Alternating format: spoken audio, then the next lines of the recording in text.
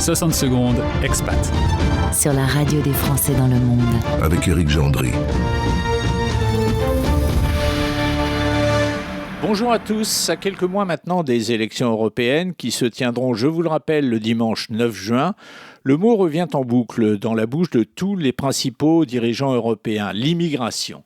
Il y a quelques jours, les représentants des États membres de l'Union européenne ont donné leur feu vert au Parlement européen pour la mise en place de la réforme relative à l'asile et à la migration.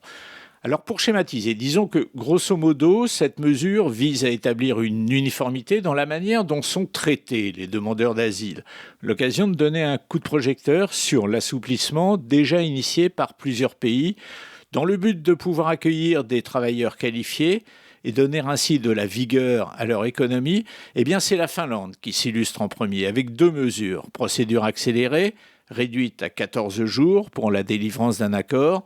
Autre mesure, le pays accorde désormais des permis de séjour uniques aux étudiants et à leurs familles et élimine ainsi la nécessité de renouveler le permis chaque année.